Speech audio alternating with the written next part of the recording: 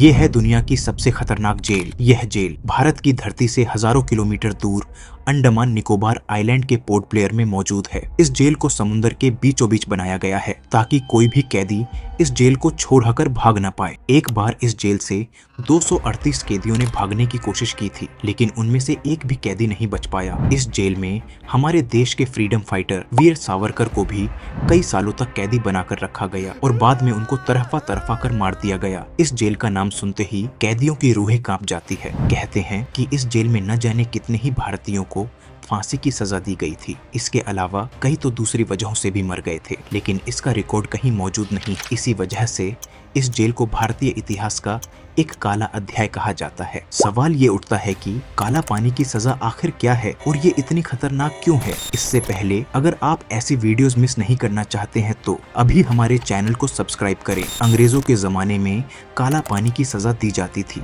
ये सजा मौत से भी बदतर मानी जाती थी, क्योंकि इसमें व्यक्ति को जिंदा रहते हुए वो कष्ट सहने पड़ते थे जो मौत से भी ज्यादा दर्दनाक होते थे और तड़पते हुए मौत होती थी। आपको बता दें कि इस जेल में कैदियों को बेड़ियों से बांधकर रखा जाता था, साथ ही उनसे तेल भी निकलवाया जाता था।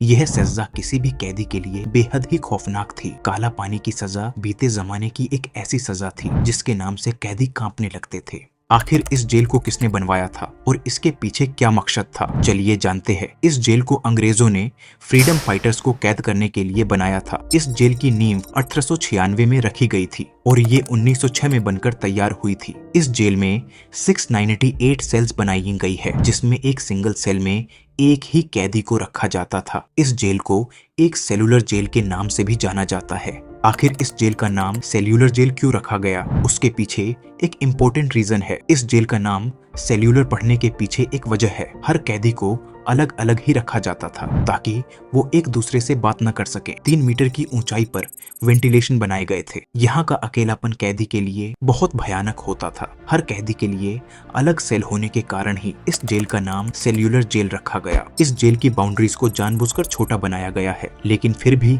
आज तक इस जेल से एक भी कैदी भाग नहीं पाया है। लेकिन ऐसा क्यों? जेल की चार दीवारी को इतना छोटा बनाया गया है कि कोई भी इसे आसानी से पार करके निकल जाए, लेकिन फिर भी इस जगह से आजाद होना नामुमकिन था, क्योंकि ये जगह चारों ओर से पानी से घिरी हुई है। ऐसे में अगर कोई कैदी कहीं भागना भी चाहे तो उसे कोई रास्ता नजर नहीं आएगा। एक बार यहाँ 238 कैदियों ने भागने की कोशिश की थी, लेकिन उनमें से एक भी कैदी नहीं बच पाया। साल 1942 में जापानी शासकों ने अंडमान पर कब्जा किया और अंग्रेजों को वहां से मार भगाया। उस समय उन्होंने इसकी 7 में से 2 ब्रांच को नष्ट कर दिया था। जब भारत का कब्जा हुआ तो इस जेल की 2 और ब्रांच को ध्वस्त कर दिया गया। इसकी बची 3 ब्रांचेस और मैन टावर को 1969 में नेशनल मॉन्यूमेंट के तौर पर घोषित कर दिया गया। टूरिस्ट्स जब अंडमान और निकोबार घूमने के लिए जाते हैं तो वो सेल्यूलर जेल भी देखने जाते हैं। सेल्यूलर जेल में एक साउंड और लाइट शो चलता है, जिसमें हमारे फ्रीडम फाइटर्स पर किए गए अत्याचारों की दास्तां को बयां किया जाता है।